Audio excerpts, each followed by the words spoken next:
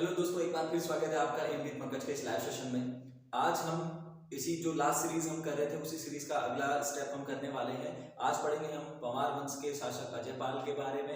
Last video में हमने discuss किया था कि कौन शासक था जिसने पंवार वंश की स्थापना की, और उससे आगे के जो 4-5 शासक थे उनके बारे में हमने जानकारी देखा कि किसने अपने राज में क्या क्या किया, चाहे सोनपाल हो, चाहे लखनदेव हो, चाहे जगतपाल हो, चाहे आनंदपाल हो, इनके बारे में हमने देखा। ज़्यादा जानकारी के लिए आप जो पिछली वीडियो है मेरी प्लेलिस्ट में जाकर आप वो वीडियो को भी वहाँ पर देख सकते हैं। वीडियो अगर आपको अच्छे लग रहे होंगे तो प्लीज़ वीडियो को लाइक करें, शेयर करें और कमेंट करें और चैनल को सब्सक्राइब करना ना भूलें।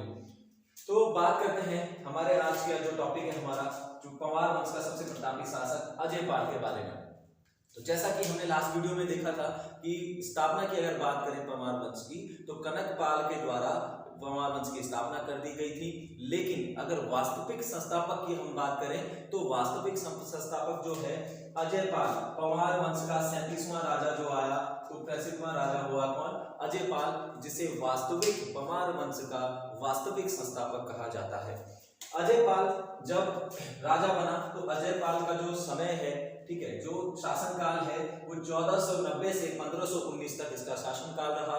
तो कहा जाता है कि जब अजयपाल राजा बना, ये अजयपाल जब राजा बना कब? 1490 ईस्वी में अजयपाल राजा बना।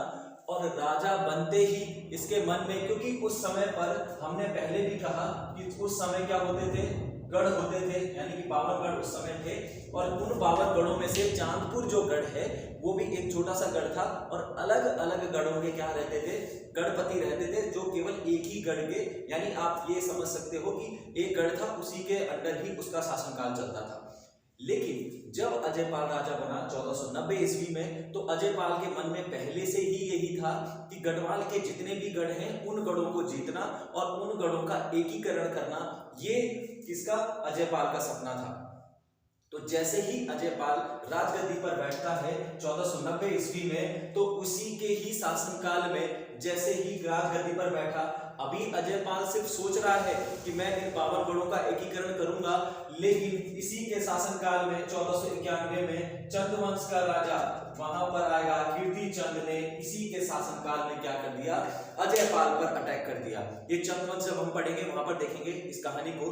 लेकिन पहला शासक, अब ये पंवार वंश के परिप्रेक्ष्य में भी है और चंदों के परिप्रेक्ष्य में भी है। पंवार वंश का ऐसा शासक जिसने पहली बार कुमाऊं पर अटैक किया तो वो अजयपाल था।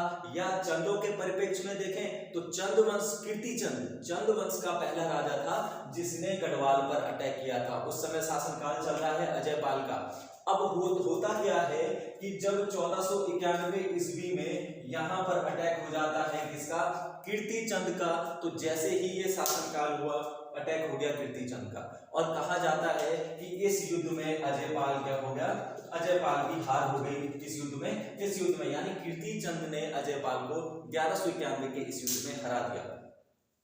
अब अजयपाल जो सोच रहा है कि 52 गढ़ों को जीतना है, इनका एकीकरण करना है, लेकिन यहाँ पर इसको क्या हुआ? पहले ही युद्ध में कीर्ति चंद ने इसको हरा दिया। तो बहुत कहा जाता है कि बहुत ज्यादा दुखी हुआ अजयपाल, ठीक है, अपने आप से कि मैं इतना सोच रहा हूँ लेकिन मैं पहले ही युद्ध में हार गया। तो कहा जाता है इसके बाद ये किसी पहाड़ी पर गया अजयपाल, और पहाड़ी पर जाने के बाद उसने भगवान शिव की क्या की? वहां पर तपस्या की भगवान शिव की। और कहा जाता है कि कुछ समय बाद उस गुफा में भगवान शिव ने भैरव अवतार लिया, और भैरव अवतार लेकर इसको भैरव में अवतार लेकर दर्शन दिए। कहा जाता है, ऐसी किंवदंतियां हैं, कहानी है कि भाई भगवान शिव ने, उस भैरव देवता ने इनको अपने कंधे पर बिठाया अजयपाल को, और भ्रमण करने लगा। और कहा जाता है एक जगह पर अजयपाल डर गया और वो मतलब भगवान शिव ने उसे नीचे उतार दिया। तो कहा जाता था कि उस भैरव जो अवतार हुआ, भैरव अवतार ने कहा कि जहां तक भी तेरी नजर गई है वहां तक तेरा क्या होगा? साम्राज्य होगा। कहा ऐसा जाता है। और जैसे ही ये अगर कहानी सत्य भी हुई, और हुआ क्या कि 1492 ईस्वी में अजयपाल ने अटैक कर दिया किसके ऊपर? आक्रमण कर दिया कीर्ति चंद के ऊपर। और कहा जाता है इस आक्रमण जब हुआ कीर्ति चंद पर, इस युद्ध में अजयपाल जीत गया, और कुमाऊं और चंदों में, यानी कीर्ति चंद और अजयपाल के बीच क्या हुई? एक संधि हुई। इसी के बाद कहा जाता है कि अब यहाँ पर अजयपाल जो है बिल्कुल भी नहीं रुकने वाला है, ठीक है, क्योंकि भाई साथ भी मिल गया, भगवान ने उससे आशीर्वाद एक तरीके का वो भी दे दिया। कुमाऊं यानी कि कीर्तिचंद ने जो पहले इसे हराया है, बाद में इसने कीर्तिचंद को भी हरा दिया, काफी मोटिवेट हो गया और ये लगातार यहाँ पर अटैक करने लग गया और यहाँ पर जो सपना इसने देखा था पहले वो सपना पूरा करने में लग गया। कहा जाता है इसी के जस्ट बाद हमारे पास सबसे पहले यहाँ पर एक कालीगढ़ था, ठीक है, इस गढ़ पर झगड़ सिंह, ठीक है, झगड़ सिंह, यहाँ पर झगड़ सिंह, ठीक है, यहाँ पर झगड़ सिंह नाम का व्यक्ति रहता था, ठीक है, यहाँ पर ज्यादातर क्या रहते थे, नेगी लोग रहते थे और झगड़ सिंह नेगी यहाँ का उस समय गणपति था, तो इसको भी अजयपाल के द्वारा हरा दिया गया, ठीक है। इसी के बाद अगला जो गढ़ हुआ हमारे पास, इसी के गढ़ जैसे मेहाबगढ़ था, ठीक है, मेहाबगढ़ को हराया, गुजरूगढ़ को हराया, इसी के आगे अगर हम देखें कांडागढ़ था, कांडागढ़ को भी हराया, ठीक है। और कहा जाता है कि भाई नरवीर सिंह एक व्यक्ति था, उसके पास भी गढ़ था, उसको भी अजयपाल के द्वारा हराया गया। जैसे जैसे इन गढ़ों पर लगातार क्या करता रहा, अजयपाल जो है लगातार इन सारे गढ़ों पर आक्रमण करता रहा। अब ऐसा नहीं है कि हर गढ़ को अजयपाल ने युद्ध से ही जीता, कुछ गढ़ों को इसने अपने राजनीतिक चतुरता के कारण, राजनीतिक पहलुओं को अगर देखें तो राजनीतिक चतुरता के कारण भी कुछ गढ़ों को अजयपाल ने जीता। इसका एक उदाहरण हमें मिलता है यहाँ पर मेहाबगढ़ में।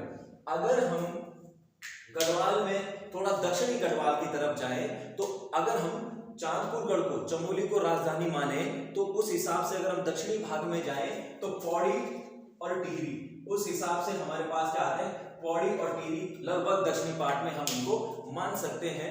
तो भाई उस समय जब ये दक्षिण की ओर गया, दक्षिणी गढ़वाल की तरफ आया, तो यहाँ पर उस समय ये था मेहाबगढ़, कौन सा, मेहाबगढ़। और यहाँ पर मेहाबगढ़ में उस समय मेहाबगढ़ जो था, असवाल जाति के जो लोग थे वो मेहाबगढ़ में उस समय रहते थे।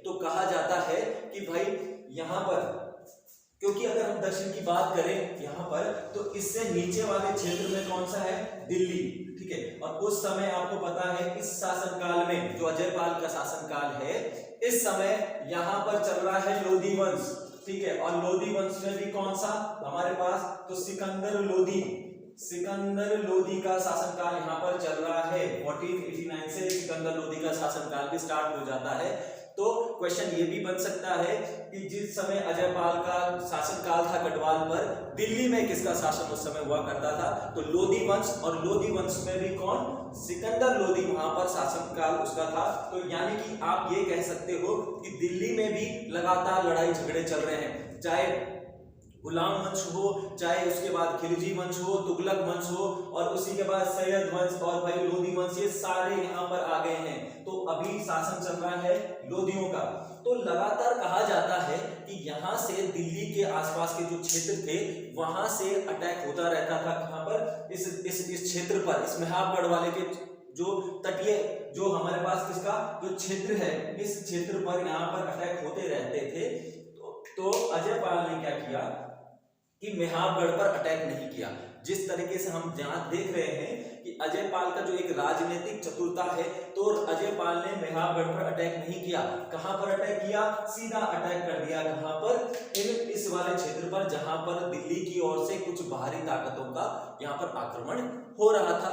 अब जैसे ही ये आक्रमण हुआ तो वहां के लोगों ने क्या किया कि भाई अजयपाल ने यहाँ के लोगों को बचाया। तो ये ऑब्वियस सी बात है, जब जहाँ के लोगों को बचाएंगे तो लोग उसकी फेवर करेंगे, उसके फेवर में बोलेंगे। यही चीज अजयपाल के साथ भी हुई। और यहाँ पर कहा जाता है मेहाबगढ़ ने भी आधीनता स्वीकार कर ली, किसकी, अजयपाल की आधीनता स्वीकार कर ली। इसी तरीके से आगे कांडागढ़, मेहाबगढ़, गुजरूगढ़, ठीक है, कई जो जैसे 52 गढ़ थे, इन सभी 52 गढ़ों को जीत लिया किसने, अजयपाल ने। और जब ये 52 गढ़ों को जीता तो कहा जाता है कि भाई इसको क्या कहा जाता था, इस अजयपाल को गढ़पाल नाम से भी संबोधित किया गया है। गढ़पाल, गढ़ों को पालने वाला या गढ़ों पर शासन करने वाला गढ़पाल कहा जाता है। और कुछ इतिहासकार ऐसा भी कहते हैं कि ये जो गढ़पाल शब्द है इसका ही अपभ्रंश हुआ, और इसी गढ़पाल का अपभ्रंश होने के कारण इसका नाम क्या हो गया, गढ़वाल नाम से इसे संबोधित किया गया। तो गढ़पाल, शायद ये गढ़वाल शब्द की जो उत्पत्ति है इसी गढ़पाल शब्द से हुई होगी। तो ये गढ़पाल कहा गया 1515 ईस्वी में और इसे गढ़वाल नाम से भी संबोधित किया जाने लगा। तो देखा जाए तो यहाँ पर भी अभी अजयपाल नहीं रुकता है, क्योंकि कई और ऐसे गढ़ हमारे पास बचे हुए हैं। लेकिन सबसे ज्यादा जो अगर हम बात करें अजयपाल के शासनकाल की, जो युद्ध की अगर हम बात करें, तो सबसे जो फेमस युद्ध है अजयपाल का वो आता है हमारे पास कप्पू चौहान का। कप्पू चौहान का ये युद्ध हमें देखने को मिलता है। क्यों सबसे ज्यादा इंपॉर्टेंट युद्ध है ये अजयपाल के शासनकाल का? क्योंकि इसी के शासनकाल में यहाँ पर क्या होगा, क्योंकि आप जैसा जानते हैं कि अशोक को, ठीक है, इस अजयपाल को गढ़वाल का अशोक भी कहा जाता है। ठीक है, किसे? अजयपाल को गढ़वाल का अशोक भी कहा जाता है। उसके पीछे की क्या कहानी है वो थोड़ा सा देख लेते हैं। भाई, जिस प्रकार से अशोक एक महान सम्राट हुआ और इतना सारा साम्राज्य जीतने के बाद अचानक से एक युद्ध के बाद, जब कलिंग का युद्ध हुआ था, उसके बाद भाई अशोक का हृदय परिवर्तन हुआ, काफी सारा रक्तपात हुआ और इसका हृदय परिवर्तन हो गया और उसके बाद इसने लड़ाई झगड़ा करना बंद कर दिया, लोगों में अहिंसा के लिए बात की, बुद्धिस्ट हो गया, बौद्ध धर्म को अपना लिया। लेकिन ऐसा ही अजयपाल ने भी किया, तो इसीलिए अजयपाल को हम गढ़वाल का अशोक भी कहते हैं। देखिए, गढ़वाल का अशोक कहा जाता है कि जब अजयपाल ने सब गढ़ों को जीत लिया, लगभग सब गढ़ों को जब अजयपाल ने जीत लिया, तो श्रीनगर में, उस समय भाई श्रीनगर राजधानी थी। अब इस श्रीनगर कैसे? तो सबसे पहले राजधानी कहां पर हो रही है? चांदपुरगढ़ में। और यहीं पर 1512 ईस्वी में अजयपाल राजधानी को परिवर्तित कर देगा। कहां पर? देवलगढ़ में। अजयपाल ने राजधानी परिवर्तित कर दी चांदपुरगढ़ से 1512 में। कहां पर? देवलगढ़ में। और इसी राजधानी को 1517 में कर दिया कहां पर? श्रीनगर में। क्या कर दिया? राजधानी को परिवर्तित कर दिया। कुछ इतिहासकार ऐसा मानते हैं कि भाई ये राजधानी चेंज करने का सबसे जो बड़ा जो रीजन है वो ये मानते हैं इतिहासकार कि चांदपुरगढ़ जो है, अगर हम चांदपुरगढ़ की स्थिति को देखें तो ये बोड क्षेत्र, दापा क्षेत्र से लगा हुआ क्षेत्र है। तो शायद ऐसा रहा हो कि भाई 52 गढ़ों को मैंने जीत लिया है, तो इस वजह से कोई मेरे पे भारी ताकत आक्रमण ना करे, तो इसने राजधानी को पहले देवलगढ़, उसके बाद श्रीनगर में स्थानांतरित कर दिया। अब जैसे ही गढ़वाल के अशोक के बारे में अगर हम बात करें कि भाई ये क्या था, तो इसी के समय पर, ठीक है, एक श्रीनगर में कहा जाता है इतिहासकारों के अनुसार कि श्रीनगर में अजयपाल के द्वारा एक महोत्सव की शुरुआत की गई। महोत्सव मनाया गया और कहा जाता है कि अजयपाल ने इस महोत्सव में जितने भी 52 गढ़ थे, उन 52 गढ़ों के गढ़पतियों को क्या किया? आमंत्रित किया अपने इस महोत्सव में कि मेरी स्वाधीनता क्या करो, स्वीकार कर लो मेरी आधीनता, या फिर इस महोत्सव में आना अनिवार्य है। लेकिन ज्यादातर लोग यहाँ पर गए, क्योंकि भाई जो पुराने गढ़ अजयपाल ने जीते हुए हैं उसके गढ़पति तो जाएंगे, बिल्कुल जाएंगे वो सारे के सारे। कुछ लोग थे, जैसा मेहाबगढ़ मैंने बताया कि राजनीतिक चतुरता के कारण बिना किसी लड़ाई झगड़े के वो जीत गए। तो लगभग सारे जितने भी गढ़पति थे सब कहां पर चले गए? इसके दरबार में गए। बस एक व्यक्ति था जो इसके दरबार में नहीं गया, वो व्यक्ति था हमारे पास एक गढ़ उस समय होता था उप्पूगढ़। ये उप्पू सिराहीगढ़ जो था, ये अभी भी नई टिहरी में है, उप्पू और सिराही। तो ये उप्पूगढ़ या सिराहीगढ़ उस समय हुआ करता था। और भाई इसी उप्पूगढ़ का जो राजा था उस समय कौन सा था? कप्पू चौहान। इसका गढ़पति था कप्पू चौहान। तो कप्पू चौहान ने इस अजयपाल के इस महोत्सव में श्रीनगर में जाने से क्या कर दिया? मना कर दिया। अब जैसे ही कप्पू चौहान ने यहां पर जाने से मना कर दिया, तो भाई अजयपाल को बहुत गुस्सा आया कि भाई कप्पू चौहान ने मना कर दिया, आधीनता भी स्वीकार नहीं की मेरी, तो इसे बहुत बुरा लगा। किसे? अजयपाल को। अब जब अजयपाल को बुरा लगा तो अजयपाल ने क्या किया? दोबारा से एक चेतावनी भरा पत्र भेज दिया। किसे? कप्पू चौहान को। तो कप्पू चौहान नहीं गया। तो कप्पू चौहान ने, कहा जाता है, इतिहासकार ऐसा कहते हैं कि कप्पू चौहान ने क्या किया? उस जो चेतावनी भरा जो पत्र था उसके बदले में एक उक्ति लिखी कि मैं अगर बात करूं पशुओं में, तो पशुओं में मैं शेर के समान हूं, और अगर पक्षियों की बात करें तो पक्षियों में मैं गरुड़ के समान हूं। ये बात कही गई किसके द्वारा? कप्पू चौहान के द्वारा। अब जैसे ही इसके उत्तर मिला, भाई इसने तो भेज दिया चेतावनी वाला पत्र, ठीक है, कि डर जाएगा, आ जाएगा श्रीनगर महोत्सव में। लेकिन हुआ बिल्कुल उल्टा। क्या हुआ कि लिख के भेज दिया। अब अजय पाल क्या हुआ, और ज्यादा गुस्सा हो गया। अजय पाल को अब बहुत ज्यादा गुस्सा आ गया। अब भाई जब गुस्सा आएगा तो क्या करेगा, गुस्सा आएगा तो सीधा अटैक कर दिया। कहां पर, कप्पू चौहान के ऊपर। अब कहा जाता है कि जब कप्पू चौहान पे ये अटैक किया तो भाई कप्पू चौहान एक छोटा सा गणपति उस समय का, और अजय पाल तो पूरे गणों का गणपति है। अब आप एक इमेजिन करो कि भाई सपोज करो कि जिस समय इसने कप्पू चौहान पे अटैक किया होगा अजय पाल ने, तो सपोज करो 52 में से 40 गढ़ उसने जीत लिए होंगे। तो एक तरफ अजय पाल की सेना और वो 52 जो 40 गढ़ हैं, उन 40 गढ़ों की सेना, एक तरफ अजय पाल और 40 गढ़, और एक तरफ कहां छोटा सा कप्पू चौहान का एक छोटा सा गढ़, कितनी सेना होगी उसके पास। लेकिन फिर भी हार नहीं मानी कप्पू चौहान ने, और भाई हार न मानने की वजह से क्या हुआ, युद्ध इन्होंने सबसे पहले क्या किया, कप्पू चौहान ने उस समय भिलंगना और भागीरथी, ठीक है, भिलंगना और भागीरथी के पास एक उस समय हुआ करता था क्या, एक झूला पुल था भिलंगना और भागीरथी पर। उस झूला पुल को इन्होंने गिरा दिया। क्यों गिराया, क्योंकि भाई कि जब अजय पाल उस पुल से पार करता हुआ हमारी राजधानी में आएगा तो सबसे पहले क्या कर दो, उस पुल को ही गिरा दो। भाई इन्होंने इस पुल को गिरा दिया। कहा जाता है कि अजय पाल ने अपना डेरा डाल दिया वहीं पर और इस पुल का दोबारा से निर्माण किया और लड़ाई इनके बीच युद्ध होना प्रारंभ हुआ। तो उस समय पर अगर हम देखें तो उस समय पर जो अजय पाल है, अजय पाल ने काफी सारा युद्ध हुआ। अजय पाल और कप्पू चौहान के विरुद्ध काफी संघर्षमय युद्ध हुआ, लगातार युद्ध होता रहा। तो भाई उस समय जो कप्पू चौहान है, कप्पू चौहान का एक सेनापति था, उसका नाम था देबू। तो कहा जाता है कि कप्पू से जो चौहान था उसकी मां ने देबू से कहा था कि जब भी अगर ऐसा लगे कि भाई कप्पू चौहान हारने वाला है या हार गया है या मार दिया गया है, ठीक है, या दुश्मनों ने उसको घेर लिया है, तो ऐसी अवस्था में तुरंत जो है हमें सूचित किया जाए और हम कभी भी उसे जो ये उपगढ़ है ये कभी भी हम उसे जीतने नहीं देंगे, यानी उसको केवल राग मिलेगा।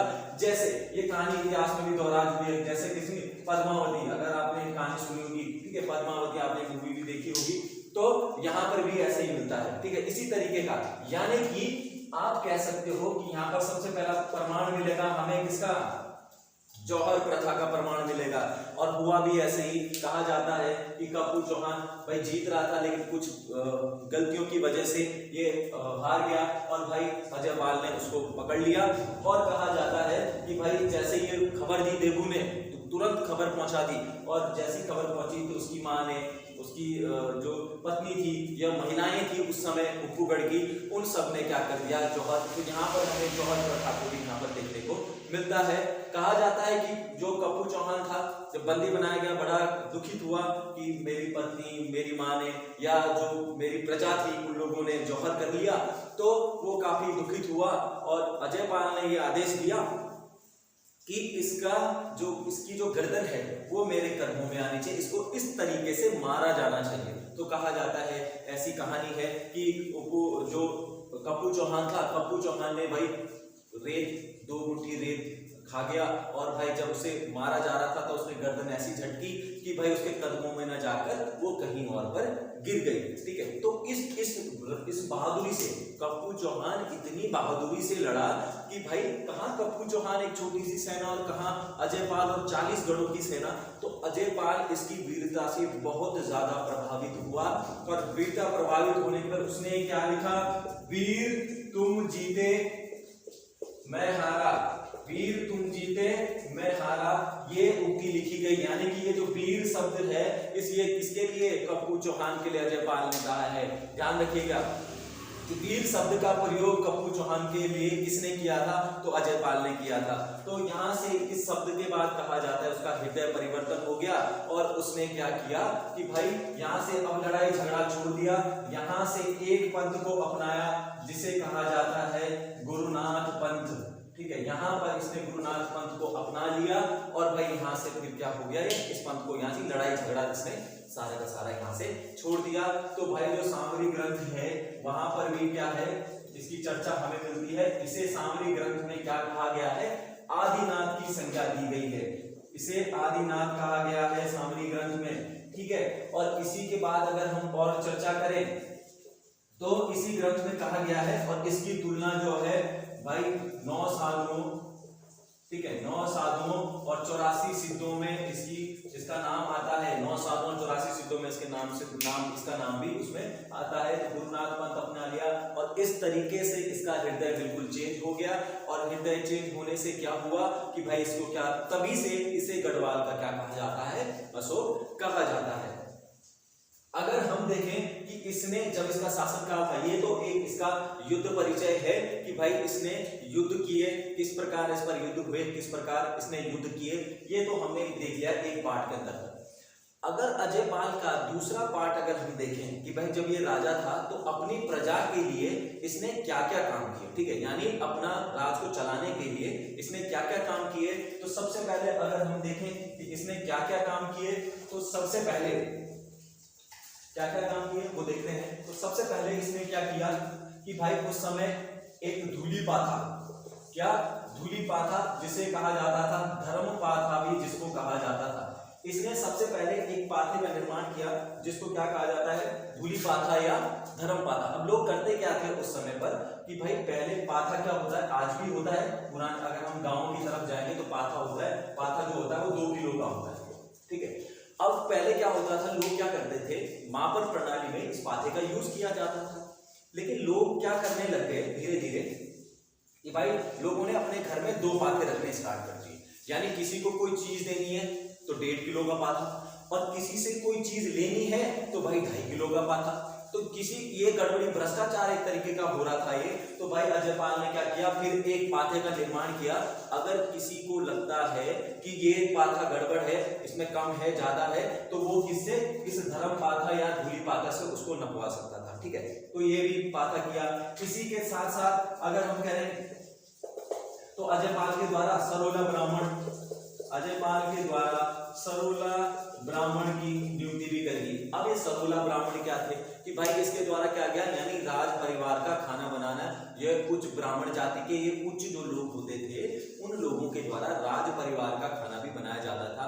या कुछ किताबों में हमें ऐसा भी मिलता है कि जो ये सरोला ब्राह्मण है, जब युद्ध पर, क्योंकि भाई अजयपाल क्या था, युद्धों में लिप्त था, और युद्धों में था, वहां पर कई प्रकार के जो लोग थे इसके सेना में थे, क्योंकि इसने क्या बनाई थी, एक अजयपाल ने एक केंद्रीय सेना का भी निर्माण किया था। किसने, अजयपाल ने एक केंद्रीय सेना का भी निर्माण किया।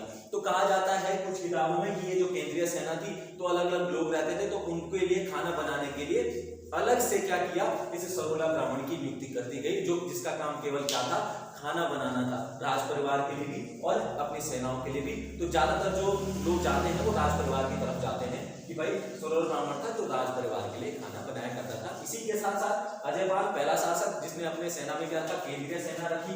इसी के साथ साथ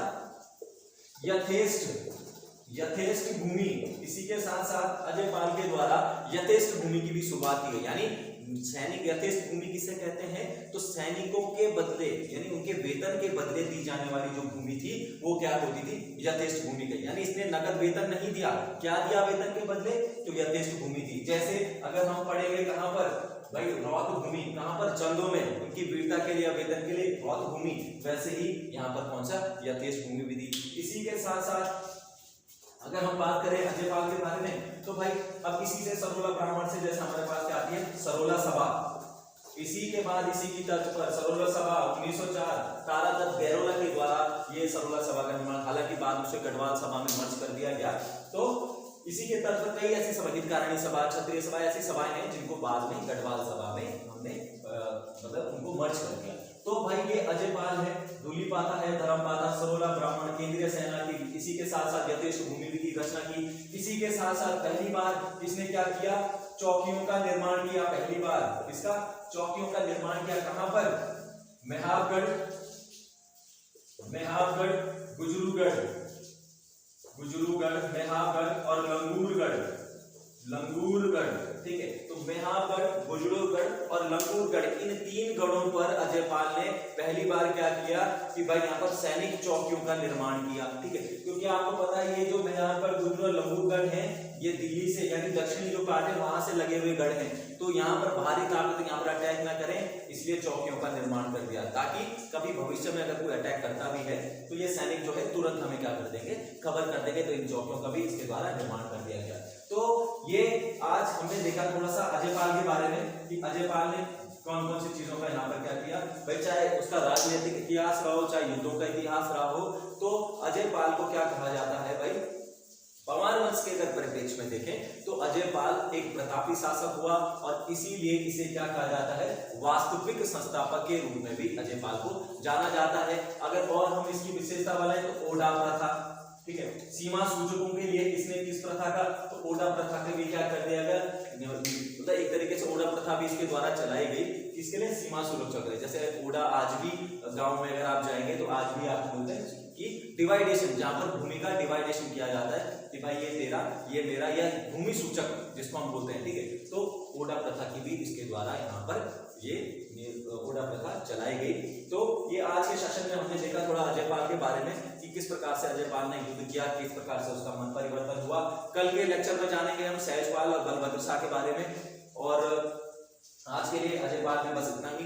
बाकी अगर आपको वीडियो पसंद आ रही हो तो प्लीज वीडियो को लाइक करें, शेयर करें और वीडियो में कमेंट करें, क्योंकि आपके कमेंट से आपके वीडियोस जब आप देखते हैं, शेयर करते हैं तो हमें मोटिवेशन मिलता है, और इसी जब मोटिवेशन मिलेगा तो आपके लिए और भी अच्छी वीडियोस या और भी आगे अच्छे से पढ़ाया जाएगा और अच्छी वीडियोस आपके लिए लाई जाएंगी। तब तक के लिए थैंक यू।